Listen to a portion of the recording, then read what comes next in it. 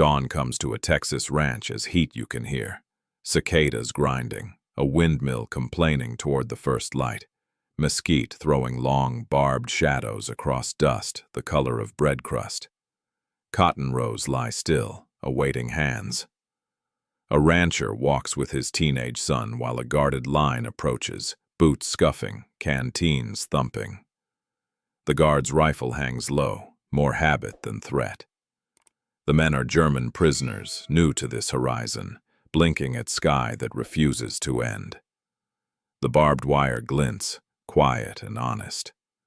Work is waiting, and work, out here, announces itself without ceremony or politics today. The rancher stops at the row's edge and holds out a pair of scuffed leather gloves, palm up, an invitation dressed as a tool. In his other hand, a dented canteen sweats in the growing heat. One prisoner hesitates, eyes flicking to the guard. Then to the boy, then back to the gloves. He takes them. The canteen follows, tilting, metal tapping teeth, water turning dust to life behind his ribs. There is no speechifying, only a small nod that says everything necessary. Somewhere, years later, someone will remember a sentence. We worked beside them like friends. Not yet explained. The windmill turns and turns, a creak that becomes a metronome, lifting water from somewhere the eye can't reach. Rope coils in a bucket like a sleeping snake. The boy carries fence staples in a coffee can. The prisoners watch, then mirror, their hands learning the shape of this land. The guard scribbles on a clipboard and shades his eyes. He is there, but not inside the work. Barbed wire threads the perimeter, honest about limits, yet strangely ordinary among pliers, seed sacks, and sunburn. Here, war's translated into weight, distance, leverage, and the stubborn mercy of water it. If you walked into the ranch house that winter, you would have noticed a photograph on the mantel, slightly faded even then. A man in a brimmed hat, a young son beside him, and a prisoner in an ill-fitting shirt, all squinting into light, a windmill shouldering the horizon behind them. No caption, only the gravity of faces. The picture did not brag. It recorded. For a long time it was simply there, a piece of air turned to paper.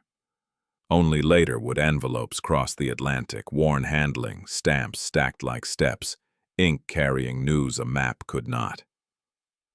Out here, the day teaches faster than any lecture. You lift, you carry, you learn where the ground gives and where it bites. The first sip from the canteen tastes of tin and sun, and you realize thirst is a language without grammar. A glance becomes permission. The boy notices accents, scuffed boots, a missing button, the way laughter arrives shy and late. How does a fence become a line people work across? Not by forgetting what it's for, but by remembering what hands are for. Kindness doesn't absolve. It merely sands the edges that ideology leaves sharp. For now. The rhythm builds without anyone announcing it. Dig, tamp, stretch, tie, breathe. A guard nods once, and the line shifts down a row. Leather creaks as the gloves soften, sweat darkening the seams until they belong to no nation at all. Rope leaves a faint burn that disappears by sundown. The windmill squeals, then steadies, finding its wind the way people find a way to stand together without agreement. The ground is indifferent to flags. It respects leverage. Someone says a sentence that will outlast the afternoon. Hands remember faster than dictionaries. Everyone keeps working, which is answer enough today. By noon, the field smells of ironed sun and cut stems, and the canteen makes its slow circuit, each sip erasing a little of the distance that uniforms insist on. Nothing dramatic announces itself. That is the part we forget. Most transformations arrive wearing work clothes. A day holds its breath, then exhales. And you do not notice you are nearer until the shade feels shared. Later, someone will point at the mantel and tell the story behind that photograph. Not now. Let the wind do counting. Let the pump keep speaking. Some sentences need sweat before they make sense. Before Texas, there was sand, and the long defeat measured in broken axles, empty canteens, and aircraft you could not answer. Men were taken in North Africa and in Italy, their maps suddenly irrelevant, their ranks suddenly paperwork. They boarded ships under a sky that did not care who saluted whom, and the Atlantic took its time. You can see them on a cold deck, names checked, belts removed, dignity bundled into silence. What came next was not vengeance, but process. And that difference, though invisible at first glance, would change how enemies stood near one another under a sky. They disembarked into a country that felt improbably intact. Railheads humming, towns unscarred, schedules precise as a watch. Processing moved them through base camps, where bunks lined up like sentences, and rules spoke first. The Geneva Convention was not a slogan here, but a checklist. Prisoners kept rank, received mail, met doctors, learned that work details could be agricultural. It surprised them that a war could be both lethal and administrative. Papers stamped, names verified, units sorted, and then a map of America unfolded into assignments no one had imagined during the desert nights.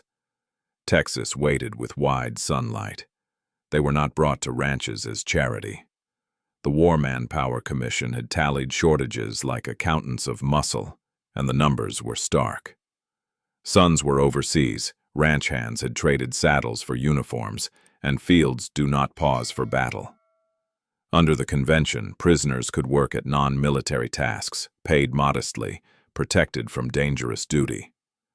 Agriculture fit the letter and the spirit. The country needed cotton picked, sorghum cut, fences mended, and windmills kept alive. Permission flowed through forms, not favors. The surprise was not that men labored, but that a legal framework choreographed enemies into usefulness together. The pipeline looked simple from the outside. In the morning, a roster was read. Men formed ranks, guards checked counts, and trucks rolled. Day guards rode along, rifles slung, heat creeping under their hats. At the ranch, hours were tracked, breaks noted, and at dusk the trucks returned. Payment did not cross hands directly. Wages became credits, canteen coupons for soap, paper, tobacco, sometimes a bar of chocolate. Ranchers reimbursed the government on set rates per head, signed receipts, submitted them like any invoice. Procedure turned strangers into temporary co-workers, and the absence of haggling did most of the talking. They first saw Texas through slats in a truck, grain elevators lifting like pale lighthouses, windmills tilting their metal pedals toward a sun that refused to blink. The sky looked like someone had stretched a sheet and forgotten to tuck it in. A small town slid past, a feed store, a barber pole, a diner, and nobody stared. At the branch camp, buildings sat in tidy rows. A schedule hung on a board. Water ran clean, boots stacked neatly, rules written in block letters. Predictability announced itself, offering no speeches. After deserts and bombardments, order felt like an unexpected kindness. In this machinery, people gave it a face. A rancher whose voice saved words for when they were needed, who believed in straight rows and fair counts. A German NCO who carried himself like discipline had a spine, eyes that measured before they judged. An Italian who had known vines and soil before conscription, who tracked clouds by habit. A young military policeman with a manual in his pocket and instincts rising faster than rank. They were not symbols. They were neighbors for 8 hours at a time, with a guard between them and a fence reminding everyone to pause. Imagine what that felt like if your last memory of America was a caricature painted by speeches. You expected cruelty or swagger. Instead, you met a clipboard and a timetable. In the desert, water had been rationed by ladle and argument. Here, a windmill lifted it as a matter of course. Which world was stronger, the one that shouted, or the one that kept records and fixed pumps on Tuesday? A man begins to measure power differently when the day runs on schedule and nobody needs to raise a voice. Procedure is not soft, it is a kind of authority. They rode in the back of a flatbed past cotton bales stacked like white bricks. A dog chased the truck a while, then gave up. At a crossing, a farmer in a dusty hat tipped 2 fingers and went back to steering. The town did not perform outrage or welcome. It simply continued. The Italian watched soil crumble between his fingers and said nothing, but his shoulders eased. The German NCO studied fence lines and the distance between posts. The young policeman counted heads and, finding the number right, permitted himself to notice the shade. How quickly does normal teach? Rumors rode the same trucks. A hardliner in one barracks preached that escape was honor, that kindness was a trap. Maps sketched in pencil ignored distances and heat, and by evening the paper always wilted. The guard heard versions and said little, because procedure had its answer. Counts, curfews, routes, water points, all predictable by design. Predictability can feel like a cage until it feels like a scaffold. Ask yourself what you learn about a place when even its restraints are orderly. A man who expected chaos begins to revise himself. Tomorrow roster will call, and the day will begin. Morning begins with the pump speaking in slow syllables, a heave, a sigh, a silver throat of water answering the windmill's patient turn. The rancher shows the work without announcing it. He presses a post-hole digger into the soil, twists, lifts, drops, and the earth concedes in rings. The teenager steadies the pole while the first prisoner watches as if reading a diagram. The tamping bar finds the center of gravity. A foot checks plumb by feel. No speech is necessary because the body teaches. You learn where a post wants to stand the way you learn a person's name, by using it out loud until it fits. Wire comes next, the kind that leaves its opinion on your palm. The rancher threads it through staples with a rhythm the prisoners copy a beat late, then closer, then together. One of them taps the tension with a fingernail and hears the note. He nods, surprised by the way metal can sing when it is right. Across the row the guard holds the spool so it won't roll, eyes on his count, but the set of his shoulders admits he knows the difference between slack and true. Language fails where hands succeed, and that mercy saves time. Irrigation introduces another alphabet. The rancher lays canvas on the ditch, weights it with stones, and the stubborn water agrees to a new path. The Italian watches the angle and smiles with something like homesickness.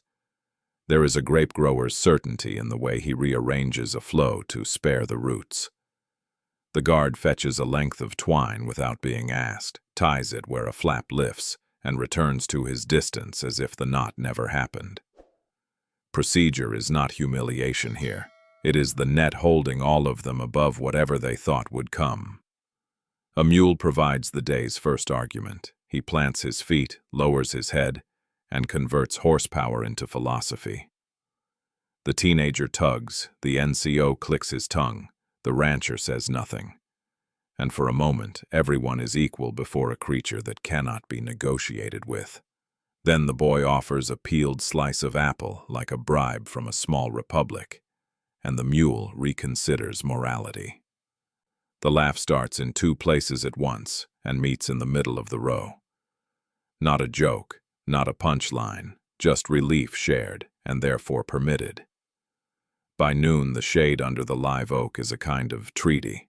Tin cups pass with coffee the color of axle grease, and the heat makes the bitter taste like honesty. Cornbread breaks into neat yellow geometry in the rancher's hands. A jar of pickles opens to a green smell that cuts through the dust. The guard eats leaning on his heel, rifle propped against the bark, eyes moving, mouth quiet. No one toasts anything. They chew. They breathe. The boy slides a cup to the NCO and says a single word slowly. Water, as if offering a bridge. A pair of gloves travels the circle like a story being retold. The leather bears sweat from 3 nations by the time it returns to the rancher, darker at the seams, softer in the palm. He turns them once, weighing what cannot be weighed, and passes them again. Someone, maybe the boy, maybe the guard, says what everyone already knows but has not named. Hands remember faster than dictionaries. The sentence lands in the quiet like a tool set down in exactly the right place. No reply needed. The proof is in the fence that no longer sags. In the slow heat after lunch, the teenager tries to domesticate language the way the rancher domesticated water. He points at the bat he has carried out as a kind of offering and says, "Bat," then taps his own chest, says "shortstop," and waits. The German tastes the words, returns with ball, Wurf, aus, and the boy grins, correcting with an umpire's mercy. They trade terms like marbles, fair and even. When the guard clears his throat, they both remember the hour. But something has already moved.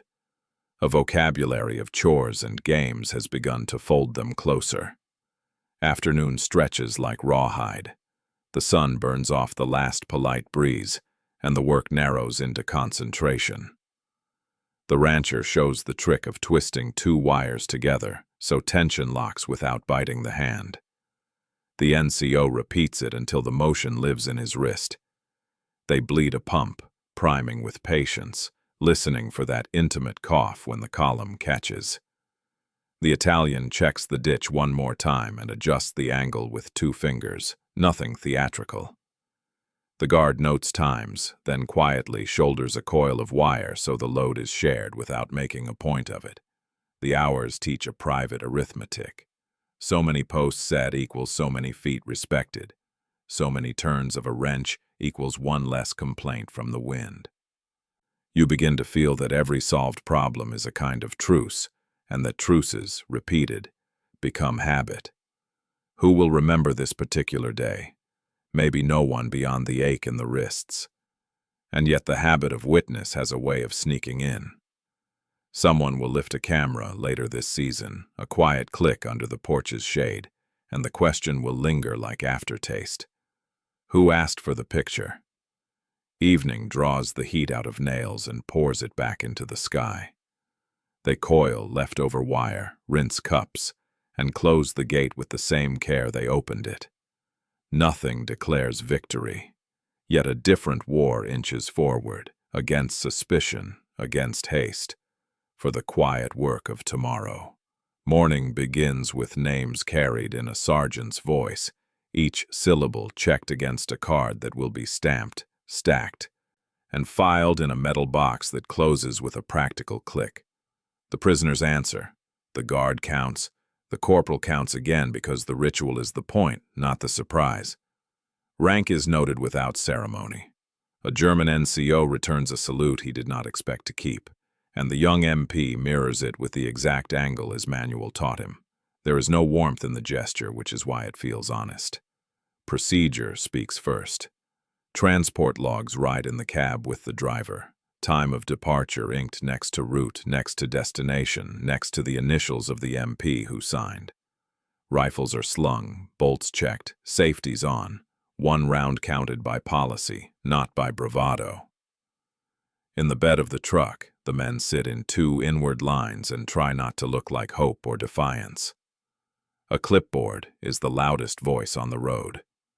At the ranch, time cards wait in a biscuit tin by the door, and each card takes a pencil mark that will later become pay. The system has a grocer's ledger at its center as surely as it has a fence. A local store keeps an orderly account for deliveries: flour, salt, coffee, beans, itemized with dates and signatures that read like a chorus of small agreements. The rancher signs for what feeds his family and the men who will work beside them. The government is reimbursed. The receipts go into their own box. The prisoners learn the weight of American measures by lifting them. Pounds, not kilos. Acres, not hectares. Inches that add up to miles across a sky indifferent to arguments. Sunday exerts its own gravity. A chaplain rotates through the branch camp, and services are announced on a board with the same neat hand that posts laundry hours. Hymns travel across accents better than most sentences, and silence travels best of all.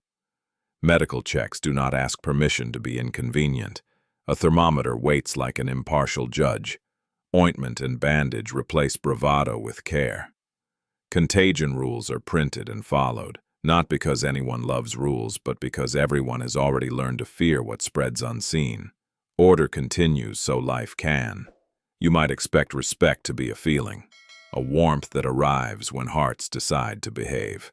Here it is a schedule. When the truck leaves on time 3 days in a row, suspicion loses 15 minutes of its footing. When the count is right every evening, doubt becomes bored. The enemy becomes an appointment you keep and a calculation you can check. Procedure develops a personality, and it is stubborn, punctual, and uninterested in theater. It asks you to be exact, and in exchange it lowers the cost of fear for everyone involved. One afternoon, the machinery stumbles.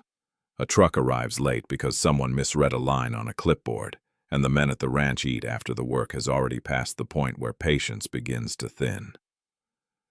The young MP steps down, says, "I'm sorry, that's on us," and the sentence lands with a weight out of proportion to its length. No defensive story, no blame flown sideways, just ownership. In some places, apologies travel downhill only.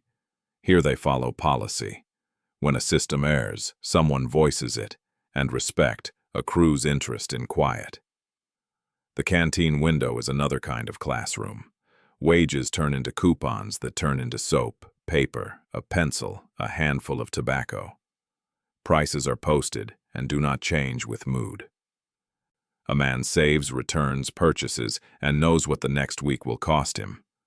There is empowerment in predictability, especially for those who have had every other variable ripped loose. The clerk counts aloud for anyone who prefers numbers to trust. Fairness here is not a smile. It is arithmetic performed the same way regardless of who stands at the window. Repetition becomes a kind of friendship, not because it softens anything, but because it removes the need to guard every inch of the afternoon. Morning roll call, transport, work, count, return, write, sleep. The words do not change, but the people inside them do. A guard notices a hitch in a man's gait and points him toward the medic without fuss. A rancher hands a tape measure to the NCO and does not hover while he lays out a straight run. Trust appears the way posts appear on a line, one, then another, then you realize there's a fence. Across the fence line, the choreography holds. Salutes are exchanged correctly, and titles are used like tools that prevent fingers from getting crushed. The older rancher understands the grammar of hierarchy and honors it without dramatics. The young MP learns that authority delivered at a calm volume travels farther than a shout. The German NCO carries discipline like a second spine and recognizes the relief of being seen as exactly what he is, no more, no less. Their respect is not personal affection. It is the relief of a rule that fits the work at hand. The fence remains the fence, and that matters. Within clear lines, small mercies do not turn into secrets. A knot tied, a jug passed, a schedule kept. The paper trail proves it. Here, policy makes room for dignity to breathe. Every camp has its edges, the places where belief gets loud because uncertainty is louder. In the barracks, a hardliner tested those edges, pacing between bunks with a sermon about purity, calling softness treason, counting jokes as if they were contraband. The fence, he said, was a suggestion if a man had a spine. Americans were butter under a crust. The only proper posture toward kindness was to spit. Men listened the way you listen to mosquitoes, alert, resigned, unwilling to bleed more than necessary. Still, words heat the air, and the air was already hot enough to turn breath into argument. Plans began the way thirst begins, as a dryness at the edge of the tongue. Two men traced an escape on a scrap that made courage look like geometry, past the north windmill, across a shallow arroyo. east to cottonwoods, then south until the land forgot them. Paper is forgiving. Horizons are not.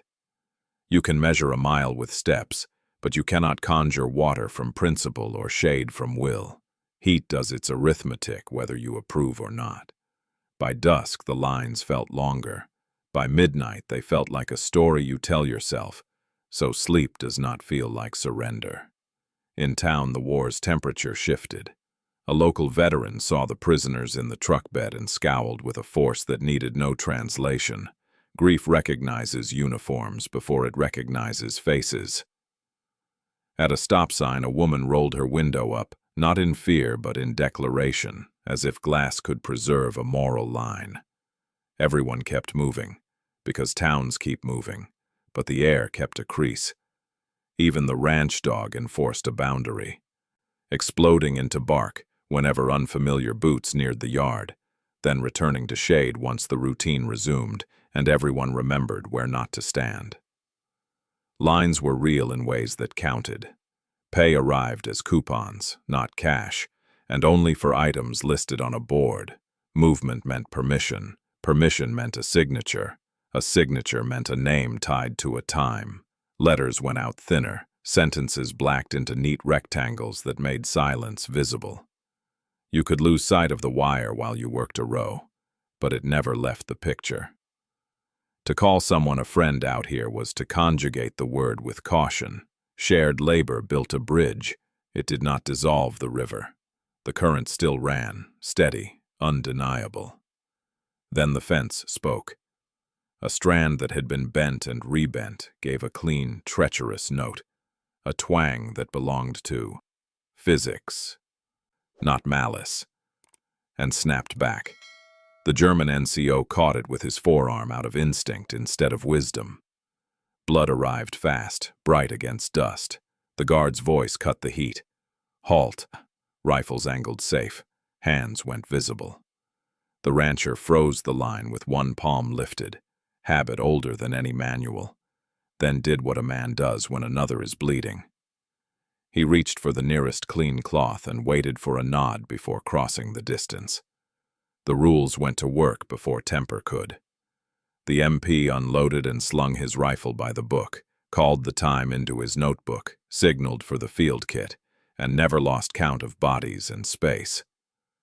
The rancher held up the towel as a question. At the nod he pressed once, firm, then stepped back. Iodine came out of canvas that smelled of rubber and starch. The NCO sat because the guard told him to, not because pain had outranked him. Nobody performed. Everyone did their job where all could see, and paperwork waited to catch the facts. An apology lived in the heat without needing a chase. Not for the war, not for the fence, but for the delay. And the hurt daylight makes plain. "We'll get you stitched at camp," the MP said. "That wire was tired," the rancher added. "Should have swapped it last week." The admission cost nothing and bought a little breath. A form absorbed the incident like a stone takes rain. Date, time, location, treatment, witnesses. Paper is not compassion, but it keeps compassion from being mistaken for favoritism. The line resumed. The truck carried one man away. The work closed the gap. Night tested the story the hardliner wanted. "See," he said, "fences bite." But the room had new math. A rule set had protected dignity where everyone could witness it, and the memory of iodine argued calmly. The escape sketch came out, then went away. Dogs barked at shift change and slept. Letters arrived with black bars like piano keys. Some notes still played. Coupons were counted. A pencil stub wrote weather. Morning did what mornings do. The NCO returned with stitches like neat handwriting, fixed the break, and moved on. Call it friendship if you keep the fence in the sentence. By the time the cotton was weighed, the season had taught its own arithmetic. Scales clanked, pencils marked tallies, and the field's white had thinned into memory. Sorghum lay cut in neat rows, sweet dust lifting whenever a boot scuffed it. Fence lines stood straighter than they had in spring, posts tight, wire taut. corners trued by hands that now worked without having to talk about it. The windmill kept its patient argument with the sky, pulling up cold water even on warm days when tempers might have shortened, if not for the rhythm of tasks that insisted on being done. Then the trucks began to skip days. A notice on the camp board gathered eyes and sent them back to bunks quieter than usual. Orders had a way of sounding both official and final, even before anyone read them aloud. Repatriation, the word that wears hope and worry like two sides of one coin, came stamped with dates in 1945, and then again through 1946. Men who had learned the distances between furrows now counted the distance home in ship decks and rail timetables they could not yet see. The rancher looked at the rows and began to plan for fewer hands. Goodbyes aren't speeches here. They are gestures you can hold. At the loading point, the rancher's wife waited with a calm that had survived many seasons. She lifted a glove that had seen everyone sweat and tucked inside a small strip of paper, a Bible verse written in a neat hand, not offered as a commandment, but as a light you could pocket. The NCO slid his hand in and felt the foreign softness, paper, and promise tucked against callus. He did not have the words, so he used a nod that carried farther than he expected it to. The teenager arrived with a baseball that still carried red dirt from a game that hadn't finished. He pressed it into the palm of the Italian with the vines in his memory and said the only sentence that fit the occasion, "Keep it."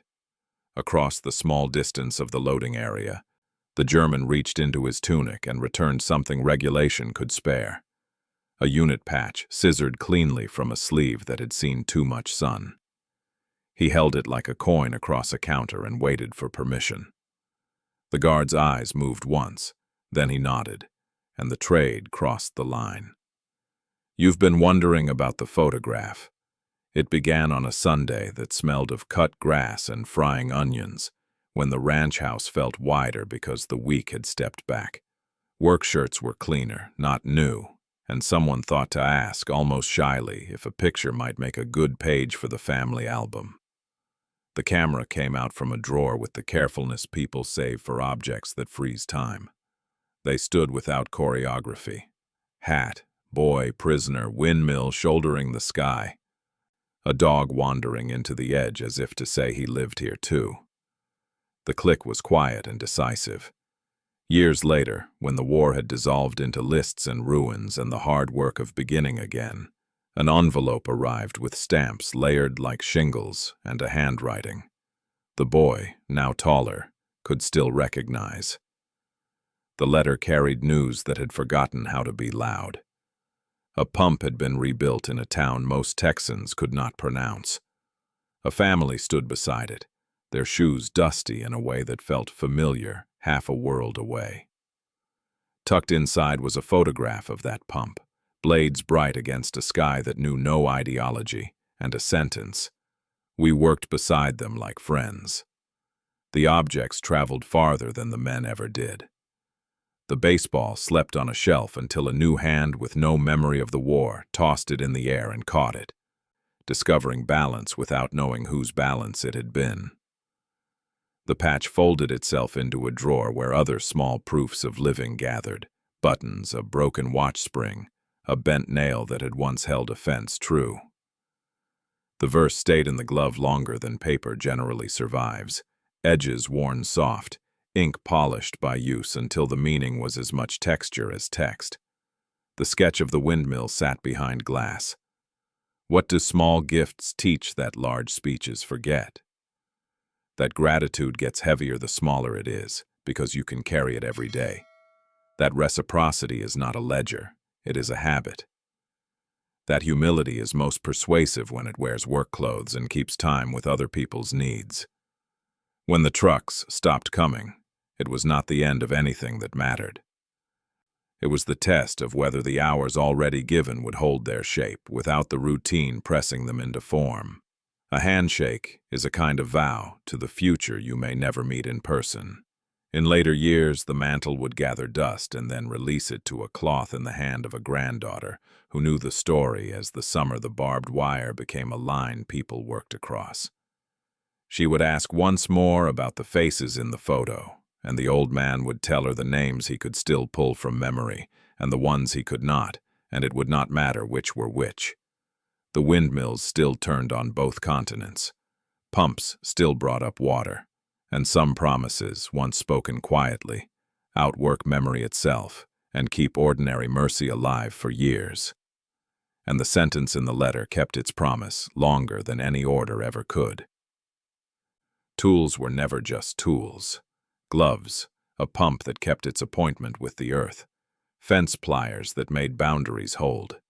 Each argued quietly that people can live together without agreeing on everything. Systems spoke through them. A schedule is a sentence you live inside. A ledger promises tomorrow's price will match today's. A salute is grammar for limits and respect. When those align, even enemies can work without hatred supervising every motion. The ranch made that visible. Roll call, transport, time cards, canteen coupons, a windmill turning under weather that flatters no one. Nothing dramatic, everything decisive. Procedure didn't ask for affection, it staged predictability so decency could breathe. When a rule is boring and public, it protects shy virtues. Patience, fairness, the apology that arrives before resentment collects interest. The day ran, and work finished, without pretending the fence did not exist. Consider what lasted. Not speeches, the click of a metal box closing on paperwork. A penciled timeline that became soap or paper at a window where the price didn't shift with mood. A knot tied the same way no matter whose hand held the twine. Capacity isn't a feeling, it's a habit. Dignity isn't a mercy, it's a design choice. Together they make a power that outlives arguments louder than the truth of water raised and work recorded. The photo on the mantle remains. Dust settles and is lifted by a granddaughter who knows that summer as the one when barbed wire became a line we worked across. She wasn't there for the windmill's creak or coffee that tasted like honesty. Yet she inherits a vocabulary. Tools on hooks, ledgers squared, gates closed with care, partners for a day rather than converts for a cause. Memory becomes instruction when handled like that. We keep asking big ideas to do what only daily ritual achieves. The past is blunt. Clear rules, even enforcement, transparent records, public apologies, shared tasks, rails that carry goodwill farther than temperament can push it. Hospitals show it when triage is followed before preference. Classrooms show it when rubrics publish fairness ahead of friendship. Shops show it when receipts match the shelf price and returns don't depend on who you are. Systems let character matter instead of forcing charisma to govern. Objects keep arguing for sanity. Gloves don't ask how you voted before they soften to your palm. Pumps lift water because seals are tight and someone did the work last Tuesday. Fence pliers are honest. Here is the boundary. Maintain it so trust has somewhere to sit. Not sentimental, functional. Ideology wants to be the whole meal. Tools insist on being eaten every day. Shared work lets identity expand without humiliation. A guard who keeps count and ties a knot in public view isn't surrendering his role. He dignifies it. A prisoner learning the American inch while setting a post isn't losing himself. He adds competence no regime can confiscate. A rancher who signs forms exactly and pays on time isn't performing charity. He anchors the system that permits kindness without turning into favoritism. The fence matters so the handshake can mean something on either side. Proof that capacity plus dignity outlasts slogans lives in family boxes. One photograph from a Sunday porch where a windmill shoulders the sky. Another from a rebuilt pump in a place whose name is strange in a Texas mouth and beautiful with practice. Two images held together by work that remembered to be fair, not relics. blueprints drawn by people who never called themselves architects. Argue with a pump that still runs and a fence that still stands. You will lose quietly and completely. So what does it mean now, when arguments travel faster than repairs? Choose to be a community that fixes the pump on Tuesday, posts the price where all can see it, keeps the count honest, and writes down what went wrong before rumor finishes its story. Treat procedures as scaffolding for mercy, not a substitute. Borrow the ranch's tone, steady, adult, uninterested in theater, devoted to the work that keeps neighbors possible. If you've stayed with me this far, tell me where you're watching from, and whether your family keeps a quiet photograph like that. Two people who weren't supposed to belong to each other, standing beside a task they finished anyway. Share the place. Share the story if you have one. Or name a tool holding your household together. A ledger, a ladle, a wrench that never misses. One question to carry into the week. What can you repair that would let dignity breathe for someone you don't agree with yet? I'm listening, and I'll read them carefully.